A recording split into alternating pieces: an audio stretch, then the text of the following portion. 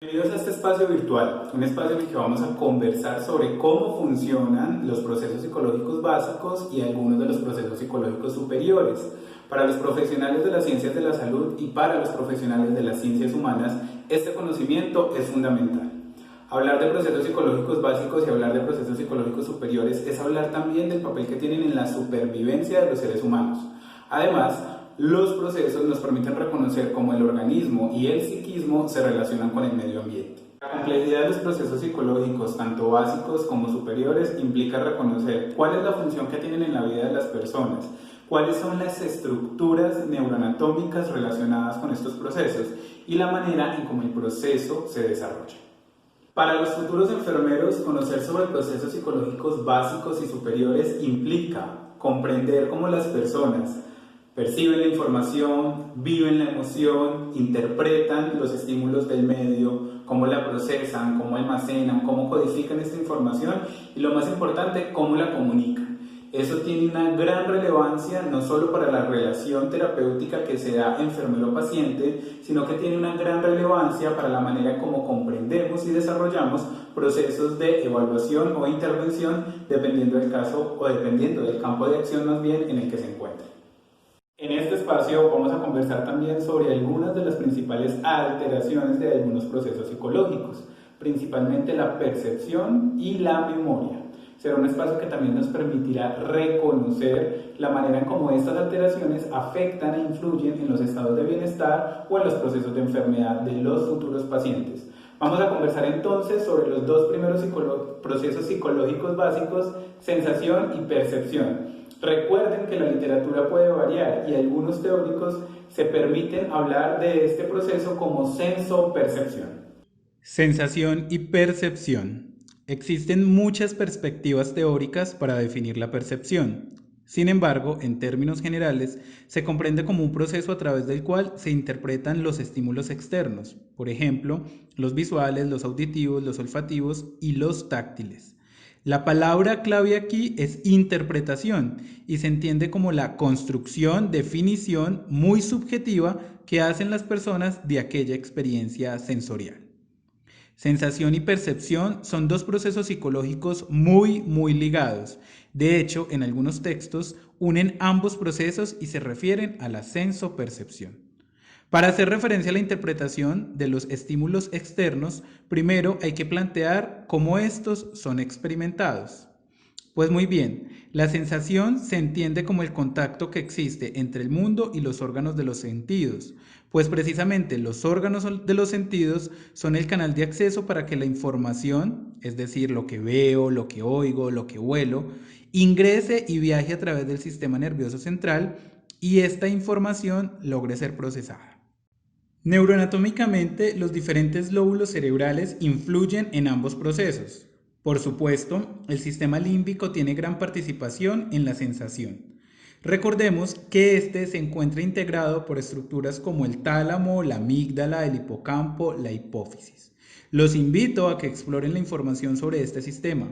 Sin embargo, puedo concluir diciendo al respecto que, por ejemplo, el hipotálamo se encarga de procesar emociones como la ira o las sensaciones relacionadas con el estado o con el placer. Existen tipos de percepción: percepción visual, percepción olfativa, que guardan una estrecha relación con la emoción e incluso con la memoria sensorial emotiva de la que hablaremos más adelante. También está la percepción auditiva, gustativa y táctil. Recuerden que este proceso de interpretación, análisis y descripción está sujeto a la información generada del medio y depende del canal, o sea, órganos de los sentidos a través del cual ingresa. Dentro de las principales alteraciones de la percepción y de la sensación encontramos, por ejemplo, la hiperestesia, entendida como una distorsión sensorial por el aumento de la intensidad, es decir, se experimenta la intensidad del estímulo de manera exagerada. Aquí es importante mencionar que se generan alteraciones en el envío de la información al cerebro y la manera en cómo dicha información es captada. Hipoestesia es lo contrario de la alteración recientemente mencionada. Finalmente, sobre las alteraciones de estos dos procesos psicológicos básicos, es importante mencionar las alucinaciones. Puede ser muy típico encontrar un paciente en alguna sala de urgencias alucinando por asuntos orgánicos, desbalances bioquímicos o consumo de sustancias psicoactivas. La alucinación es la interpretación de un estímulo principalmente visual o auditivo que no existe. Puede generar un alto nivel de activación corporal y emocional. Los dos siguientes procesos psicológicos básicos, en este caso atención y memoria, recordemos que como procesos psicológicos básicos todos están de manera íntima relacionados. La atención y la memoria guardan también esa relación estrecha y si tuviéramos que hablar de sinónimos sobre estos dos procesos psicológicos básicos, estaríamos hablando de la posibilidad de filtrar o seleccionar por un lado y de la posibilidad de codificar y almacenar por el otro.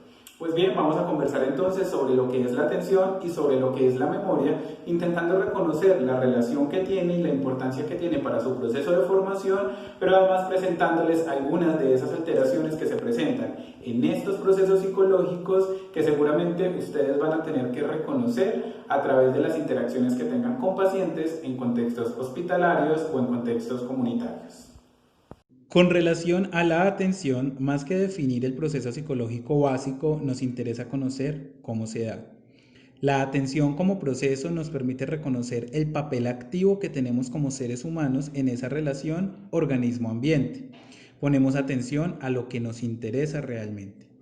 Las razones por las cuales algo o alguien nos puede interesar son múltiples. Lo cierto es que atención es sinónimo de filtro. Otro sinónimo de dicho proceso es selección. Seleccionamos la información que nos interesa.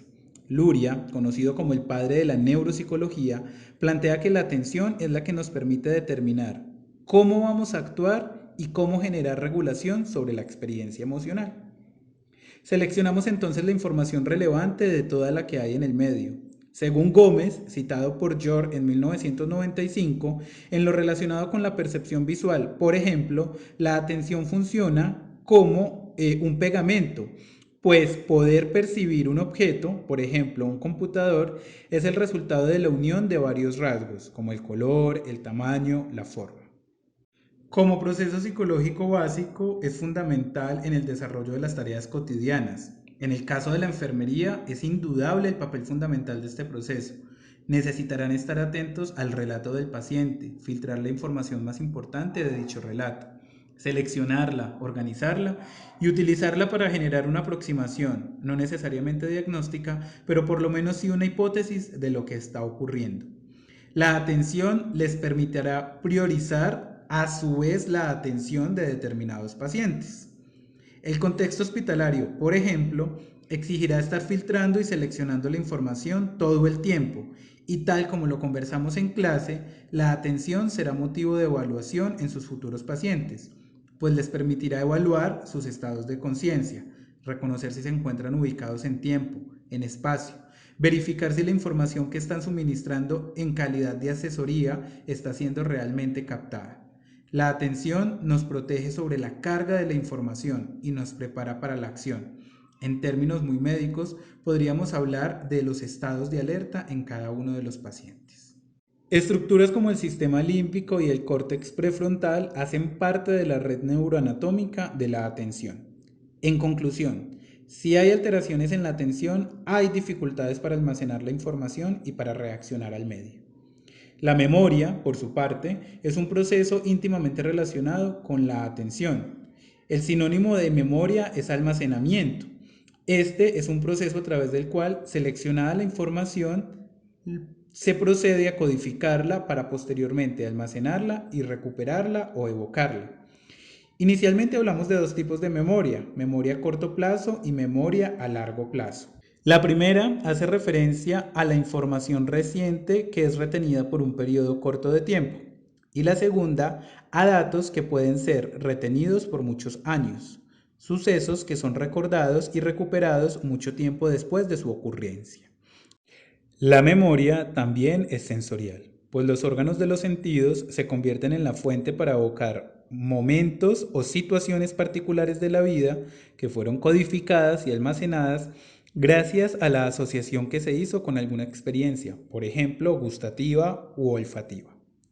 La memoria es fundamental porque da cuenta de la identidad, da cuenta de la posibilidad de socializar a través del reconocimiento del otro y resulta además fundamental para los procesos de aprendizaje. El enfermero entonces, a través de su quehacer en los diferentes campos de acción, se convierte en un guía que orienta y acompaña el comportamiento de otro que necesita aprender nuevas prácticas de vida. En este caso, prácticas de vida saludable que le permitan mantenerse sano, estable o controlado según su condición de salud. Dentro de las principales alteraciones de la memoria tenemos las amnesias, que suponen un trastorno que impiden de forma total o parcial memorizar una información o un periodo de vida. Las demencias también hacen parte de las principales alteraciones de la memoria, y dentro de estas encontramos la demencia tipo Alzheimer, que se caracteriza por un deterioro gradual de la memoria y de la personalidad. La enfermedad inicia con el olvido de acontecimientos recientes, nombres de las personas, lugares. Existen más adelante cambios bruscos en el humor, agresividad, por ejemplo. La enfermedad evoluciona a tal punto que las personas ya no logran ocuparse de sus necesidades básicas diarias. Vamos a dejar entonces atrás los procesos psicológicos básicos y vamos a empezar a conversar sobre lo que algunos teóricos del neurodesarrollo han denominado procesos psicológicos superiores. Pensamiento y lenguaje tienen la misma característica, íntimamente relacionados, recíprocamente relacionados, y en este sentido cumplen un papel fundamental. A través de estos dos procesos psicológicos superiores logramos entrar en contacto con el mundo, la comunicación como parte fundamental de esa relación que ustedes establecen con sus pacientes, el lenguaje como el medio para poder comunicar la manera en cómo el paciente está interpretando su realidad y además como eje fundamental para que ustedes puedan avanzar, dependiendo del contexto en el que se encuentren, en lo que es la formulación de hipótesis, de impresiones y todo lo que ese contexto hospitalario, comunitario o incluso administrativo, cuando lleguen a ver más campos de acción de su disciplina, les pueda exigir. Vamos a conversar entonces sobre estos dos procesos. Y vamos a hablar entonces sobre los procesos psicológicos no básicos, sino complejos o superiores. El pensamiento y el lenguaje, como procesos psicológicos superiores, se desarrollan de manera continua y están íntimamente influenciados. Es decir, ambas capacidades están interrelacionadas y dependen de factores como el proceso de maduración biológica y la interacción con el ambiente. Nuestra capacidad lingüística está compuesta por un gran número de procesos mentales que nos posibilitan verbalizar o expresar lo que pensamos. Vygotsky es uno de los máximos referentes teóricos que insiste en la relación entre ambos procesos. ¿Hasta qué punto el lenguaje determina lo que pensamos? Esta es sin duda una de las grandes preguntas. Recordemos entonces que el lenguaje es un puente, un medio para la comunicación con otros y con el entorno a través de signos orales, escritos, sonidos, gestos. Es un conjunto de símbolos que permite expresar a través de la adquisición de significados y sentidos. Cuando hablamos de pensamiento, nos referimos a una capacidad mental que permite interpretar, ordenar y dar sentido. Ambos procesos surgen en medio de la necesidad de comunicarnos con otros. Nos comunicamos para conocernos, para hacerle saber al otro lo que pensamos y lo que sentimos. Hablamos de lenguaje oral, escrito, gestual, corporal. El lenguaje y el pensamiento tienen la función de informar, de dirigir y de orientar la acción. Pensamos para describir características, para comparar y para establecer relaciones. En conclusión, futuros enfermeros, conocer sobre procesos psicológicos básicos y conocer sobre procesos psicológicos superiores, en el caso del lenguaje y el pensamiento, es fundamental para comprender la manera como nos relacionamos con el paciente. Por otro lado, la manera en cómo sentimos, interpretamos, codificamos, almacenamos, evocamos y comunicamos la realidad es fundamental para entender la experiencia corporal y la experiencia psíquica. Próximos temas vendrán, empezaremos a hablar de personalidad, empezaremos a hablar de alteraciones de la personalidad y entenderemos cómo este constructo y cómo estas alteraciones influyen de manera directa en los procesos de bienestar y de salud de las personas. Este espacio nos permite entonces empezar a afianzar y a fortalecer esa relación que venimos estableciendo desde el principio, psicología y enfermería, la manera en cómo se conectan y la manera en cómo aportan al quehacer del enfermero. Gracias, nos vemos en otro espacio.